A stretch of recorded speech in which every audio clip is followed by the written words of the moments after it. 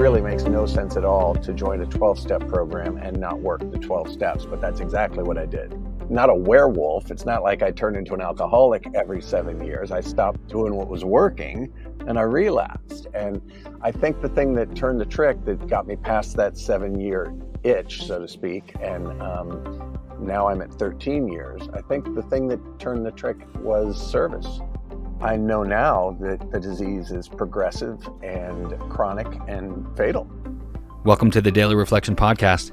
This is the show where we share experience, strength, and hope through inspirational interviews with members of the recovery community. And today is January 24th. We've got a great interview with Lord C. Lord is a former comedian. He's been a drug rehab counselor, and he works as a sober companion today. He's got a great message and a great story. I hope you enjoy the episode. I'd like to welcome Lord C to the podcast. Hey, how are you, Michael? I'm doing well. Thanks so much for joining me today.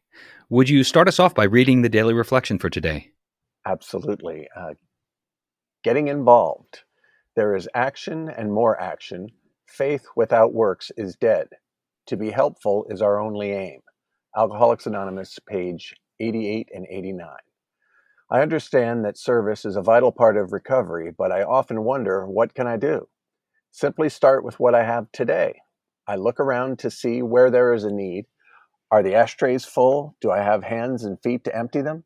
Suddenly I'm involved. The best speaker may make the worst coffee. The member who's best with newcomers may be unable to read. The one willing to clean up may make a mess of the bank account. Yet every one of these people and jobs is essential to an active group. The miracle of service is this. When I use what I have, I find there is more available to me than I realized before. Thanks for reading that. My pleasure. Lord, what does getting involved mean to you? Well, it was the last thing I was willing to do.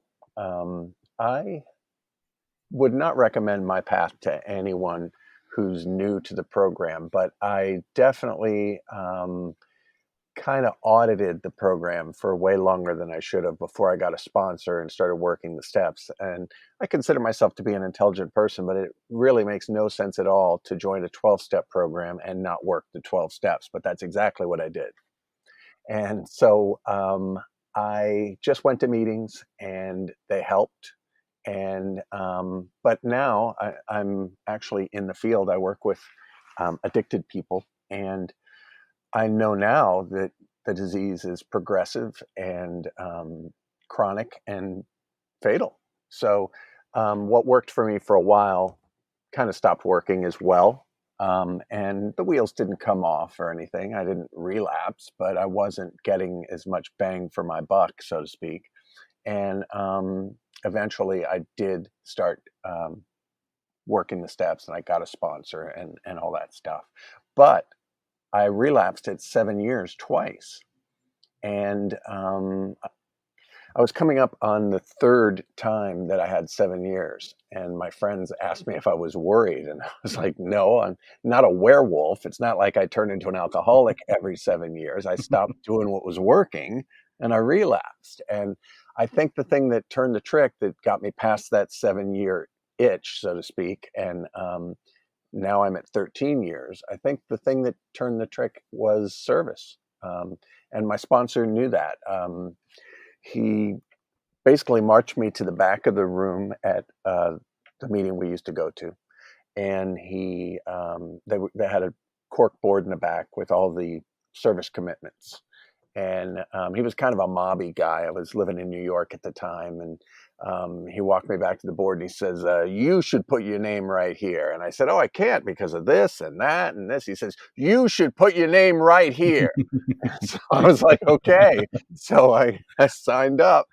And I didn't even really look at what I was signing. You know, I just put my name on the line he was pointing at, and it was hospitals and institutions. And man, it was the best thing in the world for me. Because the way the group handled it is you went down to Intergroup in New York, and they had an orientation, and they gave you a list of hospitals and institutions that wanted AA meetings brought in. And I was told to pick the one that I thought my group should get behind, and then bring it to the group at the business meeting and pitch it to them.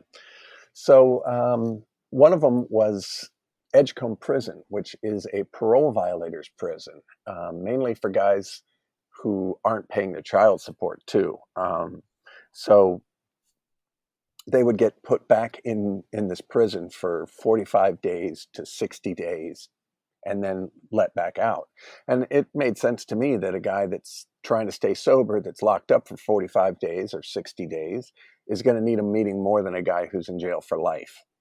And so I went to my group and I said that, and they said, okay, you're the hospitals and institutions person for Edgecombe Prison now. And so at first they wanted one meeting a month, and the group conscience was that we should have two chair people for the one meeting, because you never want to leave institution standing. And so that put two people's phone number in my phone. And calling people on a daily basis was not part of my program, really. I would see people at meetings. I had lots of friends in the program, go to lunch or, dinner with them after a meeting. But I didn't really work the phones, as they say.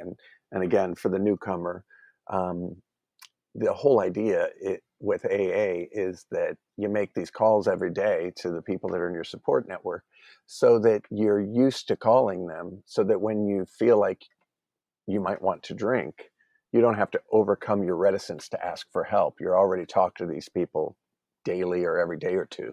And so that put two guys' phone numbers in my phone, which I hadn't previously really had. I had a couple of friends that I would call and say I was going to meet them at a meeting or something like that, but I wasn't working the phones. And for the newcomer, when we say working the phones, we mean like making calls daily to the same group of people that in my line of work you call a support network.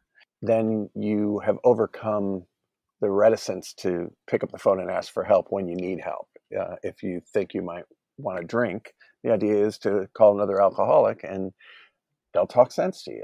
But if you're not used to making the calls, that phone weighs 1,000 pounds, as they say, and you're not likely to, when you're triggered, pick up the phone. So the idea is to be making those calls, and I wasn't really doing that at that point. So it was a benefit to get two guys' phone numbers in my phone. And then the warden got such great feedback from his supervisors that they went almost immediately from wanting one meeting a month to wanting one meeting a week. And that put eight people's phone numbers in my phone. So, wow. So it sounds like building, you're building muscle memory. And, for so many of us, the things that we need to do in regular sobriety, in recovery, are so difficult that it takes willingness. And for me, anyway, that took a lot of pain to make me willing to do these things. What was life like for you prior? And was it? I guess this was the pain that drove you to have this level of willingness. Well, I basically married somebody that I hadn't known very long. Um, I had an interview posted on the internet, and a young lady read it and sent me an email and said, I think you're wonderful, and I want to produce a show for you in New York. And I'm living in Los Angeles at the time. And I said, well, where? And she said, CBGB's. Well, I'm a record collector, so playing CBGB's is like a dream come true for a record collector. All of my favorite bands started there. So um, I said, absolutely. And we did that first show, and we just clicked. But I was sensible enough to say, that there was 14 years between us. I was 14 years older. And I said, let's just keep it professional, because we got a good thing going here. We work really well together. And then when I came and did the show at CBGB's, she kind of made a second attempt, and I caved. And we wound up married. And I'm living in Los Angeles. She's living in New York. And then she wanted me to move to New York in a hurry. And I hadn't planned on moving when I did. So I financed the move by selling my car. I was a Los Angeles comic, and you need a car in Los Angeles.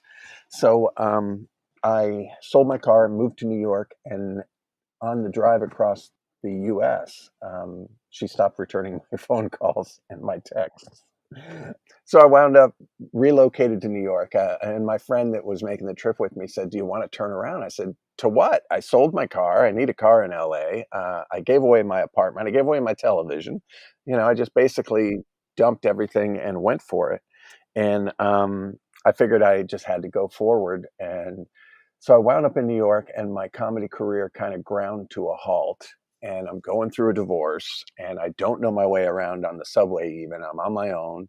And it was just a really frightening time. And that's always been like um, probably my major motivator is fear. And they say addicts have a lot of fear, certainly true of me.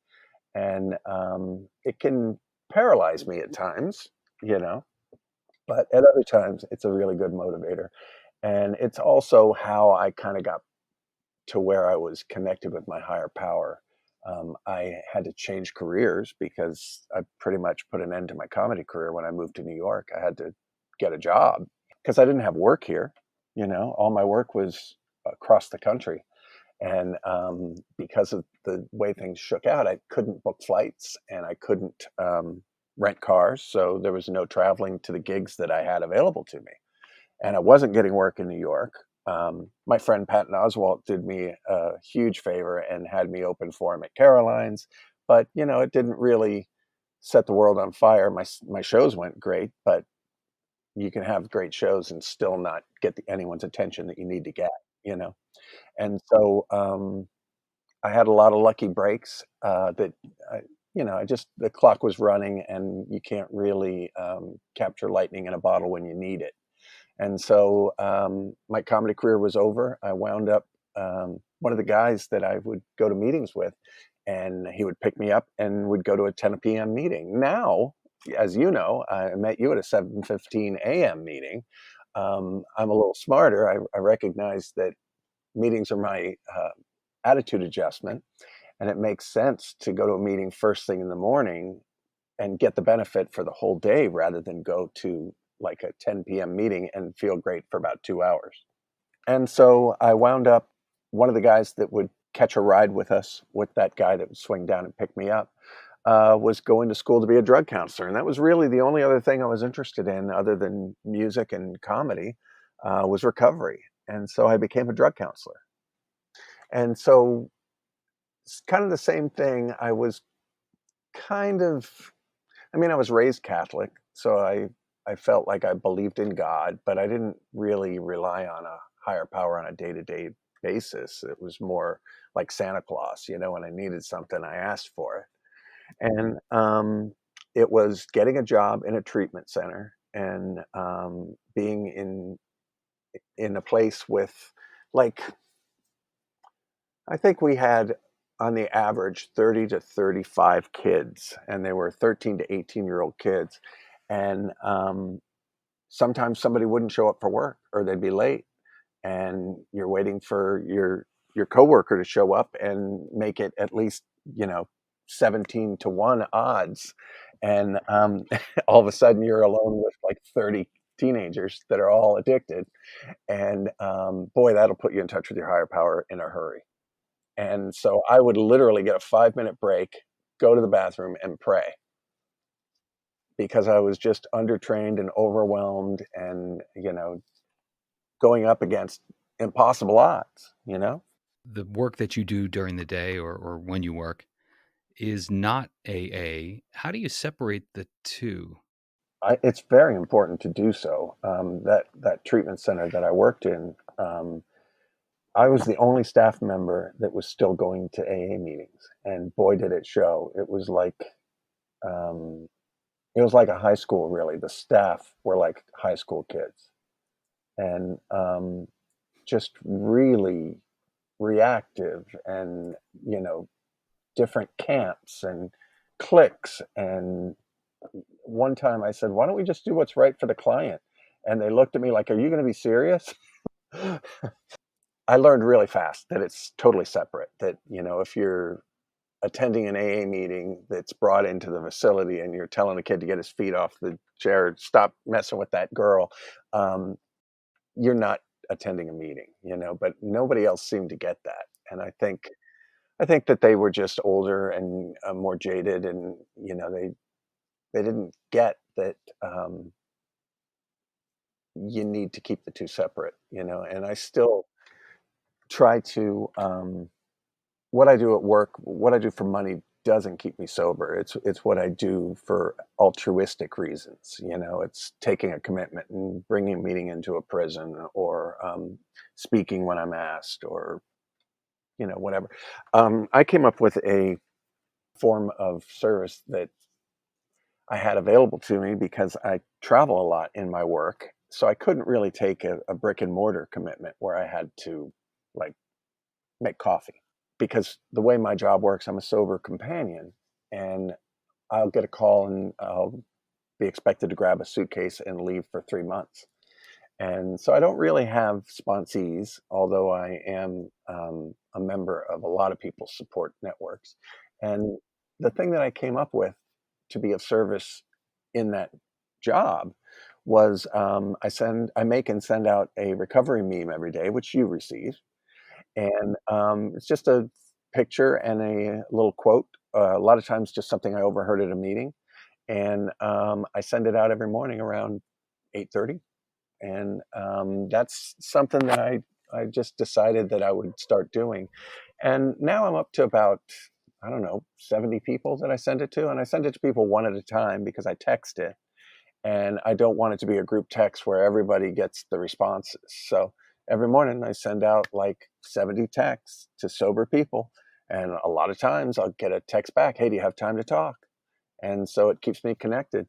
And just like chairing that meeting and going to the business meeting to give my report for my hospitals and institutions commitment, it put me to the center of the pack. And that's really the key. You've heard the old saying that, it's the gazelles on the outside that get picked off by the lions. So you want to be near the center of the pack. And that's what I do. I send out this meme and it starts my day the right way. And I usually wind up talking to one or two people, or at least texting. What a great way to get in service. And I just can't help but think 70 people. How long does that It take doesn't you? take long. I just copy it and then I paste it and hit send, and then I go to the next one because it's the same 70 people. I might have three or four messages that are work related or something in there, and I just skip those people and they go to the bottom of the list. And so I just do every morning, I just start at the top and go to the bottom and send it to the people that I sent it to yesterday, basically. Fantastic way to work those getting in touch muscles for sure. What's life like today? It sounds like you've got multiple opportunities for service. What I'm doing now is largely thanks to you. The meeting that you and I met at needed Sherpas, which is, I think, a name that you came up with, which is the person who does the tech side of a Zoom meeting. And so I took the Sherpa training from you, and then I didn't sign up for a commitment. I just said, if you need anybody, just let me know. I'll be glad to fill in. And it didn't happen. And I started going to another meeting at 7:30 just because my schedule changed a little bit, and 7:30 worked better than 7:15. And it's a great group of people. And I am actually chairing Saturday and Sunday there now. Like happens a lot, I started off with just one day, and then somebody else needed coverage, and I wound up with 2 days. It happened when I chaired a meeting in New York too. There was a woman who was on a soap opera that said, "Hey, uh, I need to have a co-chair, and I want to take this commitment. Will you do it with me? And you only have to chair the meeting every other week." And I said, "Great, I'll do that." And she immediately got like a job in a touring company, and she left town, and the group just said, "Why don't you just chair the meeting?" So I was chairing it every week, and it was great for me. It was kind of like when I was a stand-up and I'd try to put together interesting shows that I produced myself. I would go to different meetings and try to find speakers that we haven't had, that weren't a member of the group, and go to a lot of different meetings and meet a lot of different people and get a lot of different phone numbers, again, right toward the center of the group. So, what advice do you have for the newcomer? Maybe somebody listening that doesn't have a lot of time in the program or just Well, I work with people who are chronic relapsers. As a sober companion, I live with my clients usually for about 3 months. And one guy I worked with, it was an alternative to rehab because he had just had a newborn son and he didn't want to leave for 3 months and come back and have the kid like, crawling around. Um, Made sense, although it's generally not a good idea. It's much better to have rehab and then have a sober companion work with you. And most of my clients are people who've been to rehab 15 times, and their attitude is rehab doesn't work and AA doesn't work. And you ask them a few questions and you talk to them for about a week, just trying to gather enough information to figure out how to help them. And it's always the same story. They never did what the rehab suggested as aftercare. They never got a home group. They never got a commitment. They never got a support network. They never made those phone calls every day. And they all relapsed and would wind up back at rehab after another run. And so when I'm working with a client, um, it's always like reliant on what they're willing to do. But if they have any kind of belief in a power greater than themselves, whatever faith or form that takes, I just try to get them to start their day with at least the shortest prayer. Thank you. Thank you for another day. And ask them to ask to be guided in their thoughts and their words and their actions that day. And I tend to rely on something that I was given by another comedian. I was working in Cleveland, and my middle act uh, was just a really cool guy, and he was solidly sober, and he was happy. Not a lot of happy comics, and so he caught my eye, and we hung out. We went to a meeting together, and he told me about something his sponsor had given him called the 7-minute tune-up. And it's very similar to a little pamphlet that they have in AA. I think it's called Meeting in a Booklet or something like that. And it's just a lot of prayers from the big book. So I adopted it. And that's what I used to go to the bathroom when I worked in that treatment center. And I would read that 7-minute tune up during my 5-minute break. And it's called the 7-minute tune up because it takes Hmm. about 7 minutes to read them all. And so I would start and end my morning during that very tumultuous time in my life with a lot of change, which is, again, frightening. And fear is really what gets things flowing for an alcoholic. So I would start and end my day with that 7-minute tune up. And then at that point, I didn't have a smartphone even. I was like carrying it folded up on a piece of like printer paper. And when somebody would like slam into me on the subway and look at me like I'm a jerk, I would pull out that 7-minute tune up and read it right there. And so I still use that. I don't read it at night as much anymore. I just start my day with it. And there's just a few things that in my personal program are they're static. There's something I don't vary from, and that's one of them. The other one is, and I read that before my feet hit the ground. That way, if I'm standing, I know I've done it. And that's where being an Hmm. obsessive type really helps you out because I'm totally geared to do the same thing every morning. I used to drink and then wake up Hmm. every morning feeling lousy, and I did that way longer than anyone with sense would have done. So to do something that benefits me and has helped me so much, it's pretty easy to obsess about that. So I do that every morning, and then when I'm brushing my teeth and I'm looking at myself in the mirror, I commit to another 24 hours sober. So no matter what, for the next 24 hours, I'm not drinking. And that forces me to rely on my other tools, like to reach out to a friend, call my sponsor. Getting a sponsor is something that I try to do as a sober companion. Basically, my job is to make myself obsolete as soon as possible. And at first, I'm kind of their confidant and their support network. And I go to meetings with them and I help them. We start the day like you do in a treatment center with some kind of reading, like we read today, a daily reflection type thing. And you talk about a sober topic and just start your day off the right way. And they say that a grateful addict will never use or a grateful alcoholic will never drink. And I find that to be true. And one of my sponsors had me writing a gratitude list in the morning, and it helped a lot. And another thing he had me, or that I heard at a meeting that I did, was a God box where you write down what's bothering you. You put it in a coffee can with a slot cut in the plastic lid, and you put it in there and then try to forget about it. And you go back to the can after about a month, and all the stuff is worked out without you actually doing anything. So the whole idea is, be grateful, turn things over, and let your higher power handle it. But after a while, a gratitude list just felt like a chore.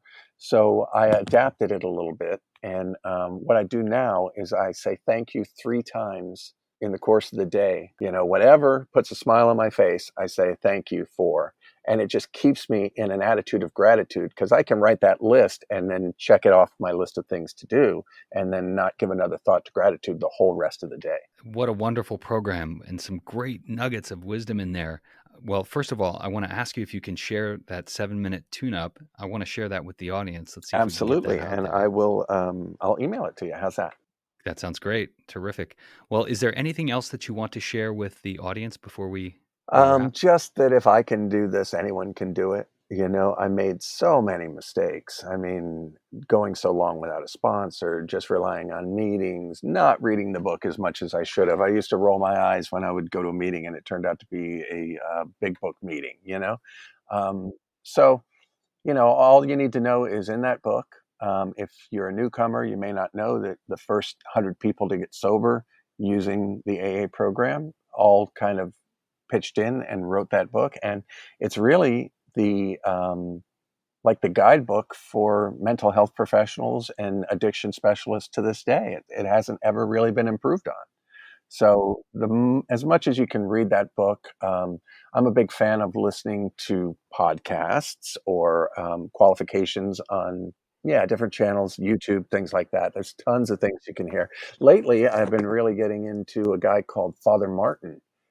He's a priest that had a treatment center, and his talks are very funny, and he's got a very gentle way about explaining the steps. So reading and anything you can do to trick yourself into listening to it is what I would suggest. Well, Lord, thanks so much for spending time with us.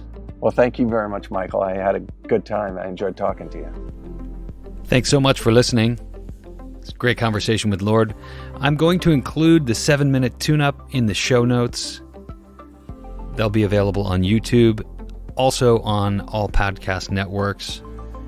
If you're looking for it, can't find it, reach out, let me know. You can reach me at dailyreflectionpodcast@gmail.com. You can find us on the web. We've got a blog where we write about recovery. It's available at blog.dailyreflectionpodcast.com. Would love to get a review or a comment. Let me know what you think about the podcast. Thanks, everybody. Have a great day.